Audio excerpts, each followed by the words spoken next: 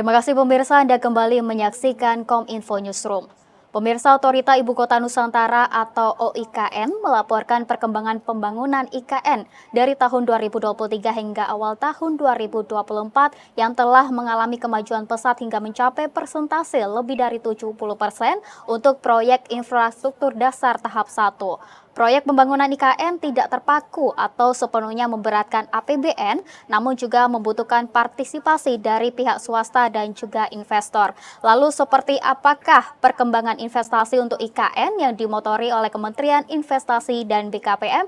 Malam hari ini kita akan membahasnya bersama Deputi Pengendalian Pelaksanaan Penanaman Modal Kementerian Investasi dan BKM, Bapak Yulio. Selamat malam, Bapak.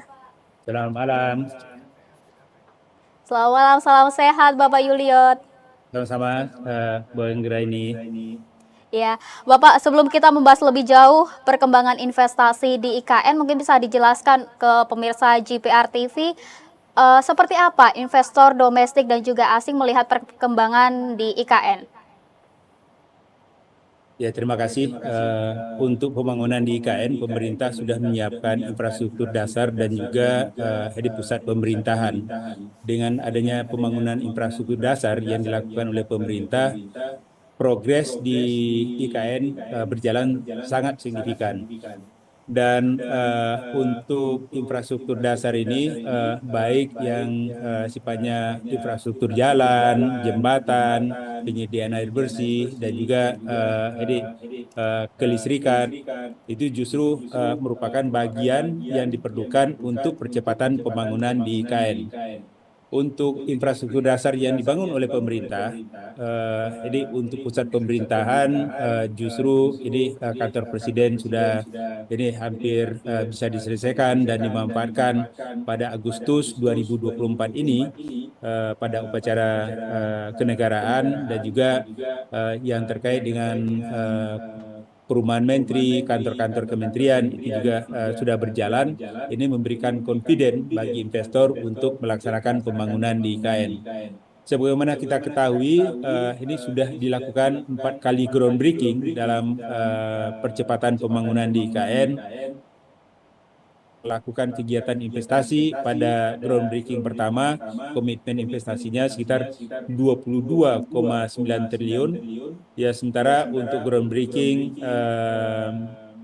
yang dilakukan pada periode yang lalu, komitmen investasi sebesar 15,5 triliun dan untuk groundbreaking tahap ketiga dengan nilai investasi sekitar 4,7 triliun, groundbreaking keempat 4,26 triliun, berarti total investasi untuk groundbreaking dari tahap pertama sampai dengan tahap keempat sudah mencapai 35,9 triliun. Itu yang dilakukan oleh pelaku usaha. Pak Yuliat, berarti perkembangan pembangunan IKN ini signifikan begitu ya Pak. Lalu bagaimana potensi investasi di IKN pada tahun ini, kemudian kriteria investor yang bisa untuk melakukan investasi di IKN seperti apa? Ya, terima kasih. Untuk pemerintah mendorong IKN ini sebagai pusat pertumbuhan perekonomian. Jadi untuk pusat perekonomian tentu harus didukung oleh infrastruktur. Untuk dukungan infrastruktur, investor yang masuk di bidang infrastruktur diberikan fasilitas pajak penghasilan dalam bentuk tax holiday sampai dengan jangka waktu 30 tahun, tergantung kapan dilaksanakan kegiatan investasinya. Lebih awal mereka melakukan kegiatan investasi untuk pembangunan infrastruktur, itu justru masa pemanfaatan 30 tahun itu bisa dimanfaatkan secara maksimal.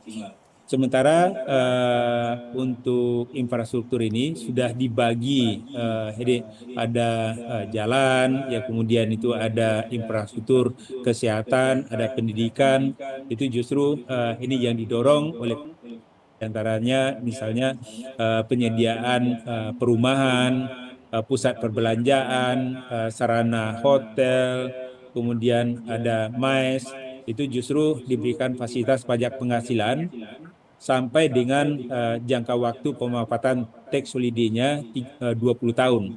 Ya, sementara untuk kegiatan lain itu justru diberikan fasilitas yang untuk kegiatan ekonomi lainnya ini ada pemberian fasilitas untuk jangka waktu sampai dengan 20 tahun juga. Dengan posisi seperti ini sudah cukup banyak investor yang menjajaki untuk pelaksanaan kegiatan investasinya.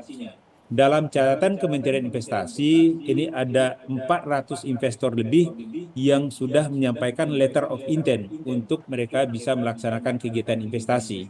Saat ini di lapangan Otorita Ibu Kota Nusantara itu juga lagi membuat infrastruktur dan juga penetapan wilayah pengembangan. Jadi untuk wilayah pengembangan inilah yang akan kita sesuaikan dengan pelaksanaan kegiatan investasi yang akan dilakukan oleh pelaku usaha.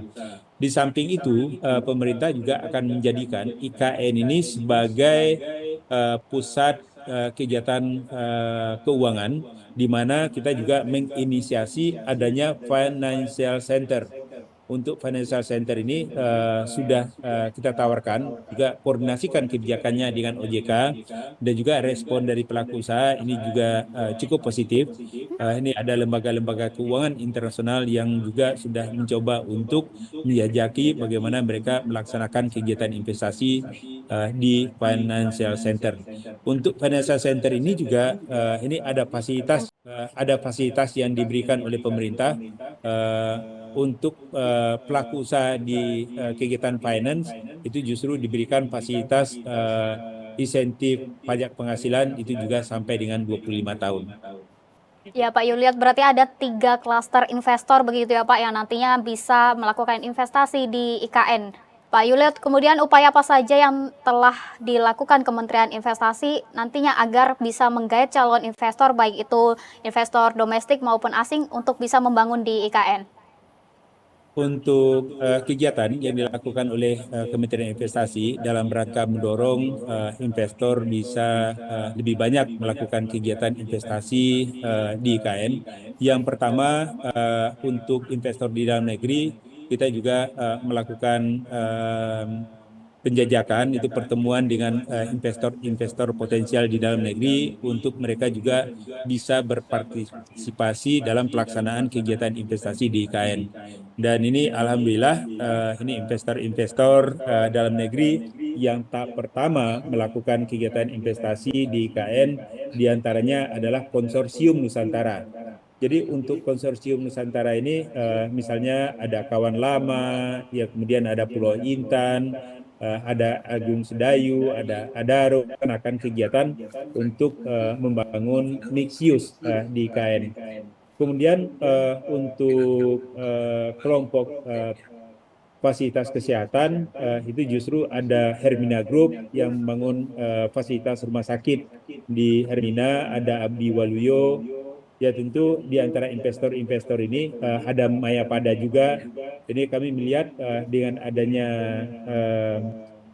kegiatan yang dilakukan untuk ini justru investor dalam negeri ini lebih mendorong confident pelaku usaha secara nasional maupun internasional untuk melakukan kegiatan investasi di IKN. Sementara untuk investor dari luar, ini dari Kementerian Investasi itu juga berusaha untuk lebih meyakinkan investor dari luar untuk melaksanakan kegiatan investasi di IKN. Justru dari investor yang dari luar ini, baik di lingkungan ASEAN, ada dari Singapura, kita juga sudah membawa delegasi investor dari Singapura untuk melaksanakan kegiatan investasi di IKN, ada yang dari Malaysia, ada yang dari Timur Tengah, Jepang, Korea, itu justru ini kita konsolidasikan bagaimana mereka bisa segera bisa melaksanakan kegiatan investasi di IKN. Ini ke depan ya kita mengharapkan ini akan lebih banyak lagi investasi. Ya Pak Juliet, berarti intinya investor asing ini diharapkan besar untuk bisa melakukan investasi di IKN. Nah, kemudian sektor pembangunan apa yang paling diminati oleh investor asing tersebut? Untuk pertemuan kami di Kementerian Investasi dengan investor di beberapa negara yang terhadap proyek-proyek investasi yang kita tawarkan, ini baik infrastruktur, bangkitan ekonomi maupun kegiatan ekonomi lainnya, termasuk financial center, itu justru tanggapan positif dari investor dari luar ini cukup signifikan. Yang sudah kami sampaikan tadi, ada 400 yang sudah menyampaikan letter of intent untuk merencanakan pelaksanaan kegiatan investasi di IKN. Jadi untuk investor yang berminat ini kita juga maintain dengan baik. Jadi baik investor yang dari lingkup ASEAN, ada dari Singapura, ada yang dari Malaysia, ada dari Thailand yang siap untuk melaksanakan kegiatan investasi di IKN. Untuk dari Tan Asia Timur, kita juga pertemuan dengan investor yang berasal dari ada dari Taiwan, ada dari Jepang, ada dari Korea, dan juga ada dari China. Sementara dari Timur Tengah ada investor dari Arab Saudi dan juga dari Qatar, beberapa negara Timur Tengah, dan juga investor dari Eropa dan investor dari Amerika. Untuk ini kami dari Kementerian Investasi, karena fokus pertama pembangunan ini adalah di pusat pemerintahan, ya kemudian kita juga pembangunan infrastruktur, kami lebih mendorong investasi untuk di pemukiman, itu juga ini investor yang berminat itu juga sudah cukup banyak. Baik yang dari dalam maupun dari luar dalam rangka penjajakan mereka membentuk joint venture. Jadi ini kita tetap mendorong bagaimana percepatan investasi baik dari dalam negeri maupun dari luar negeri. Ya, Pak Yulia, tadi Bapak sudah menyebutkan ada beberapa negara luar yang sudah siap untuk melakukan investasi. Nah, nantinya apakah investor asing yang ingin melakukan investasi, apakah harus diwakilkan oleh negaranya atau bisa melalui pribadi, Pak Yuliot?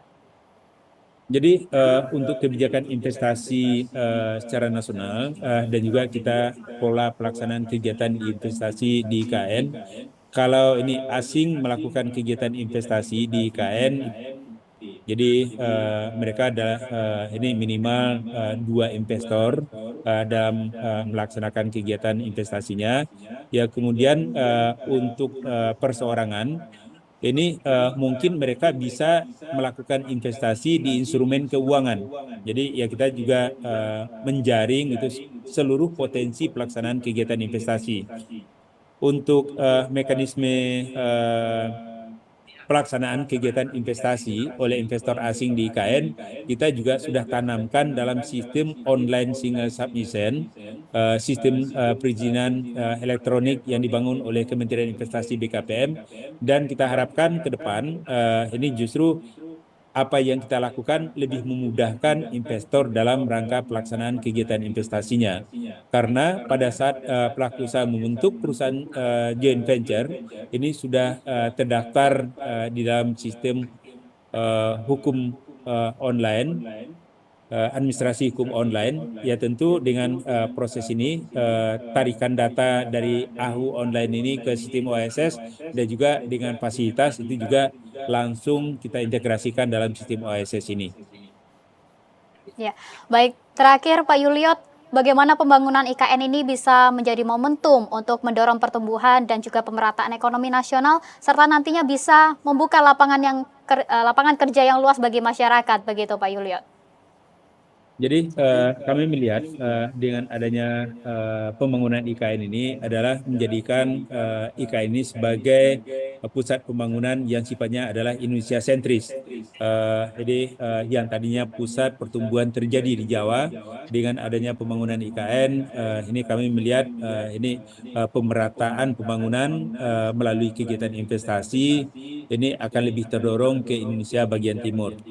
Kemudian yang kedua, ini dengan adanya investasi ini juga akan tumbuh pusat kegiatan perekonomian baru.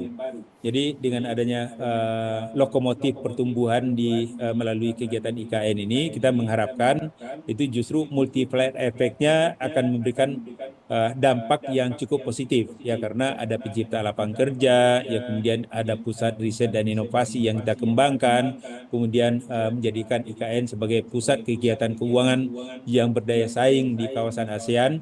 Kami mengharapkan multiplier effect ini kita bisa maintain dengan baik. Justru dengan adanya IKN ini, kami mengharapkan juga itu nanti investor yang sudah masuk dalam pelaksanaan kegiatan investasi berdasarkan wilayah pengembangan, baik pusat ekonomi dan energi baru terbarukan, ada kegiatan pariwisata dan taman hiburan, pusat pendidikan, kemudian pusat distribusi dan perdagangan komoditas secara internasional. Ya kemudian ini akan lebih mendorong bagaimana nilai tambah multiplier effect melalui pengembangan kegiatan investasi di IKN. Ya, diharapkan banyak sekali investor-investor yang bisa mendukung begitu ya Pak di IKN agar IKN ini bisa menjadi pusat kegiatan keuangan yang berdaya saing. Terima kasih Pak Yuliot sudah bergabung bersama kami pada malam hari ini. Salam sehat selalu Pak Yuliot. Ya, terima kasih Bu Anggreni. Selamat malam. Terima kasih. Salam Dan sehat. pemirsa, kami akan segera kembali dengan informasi lainnya. Tetaplah bersama kami.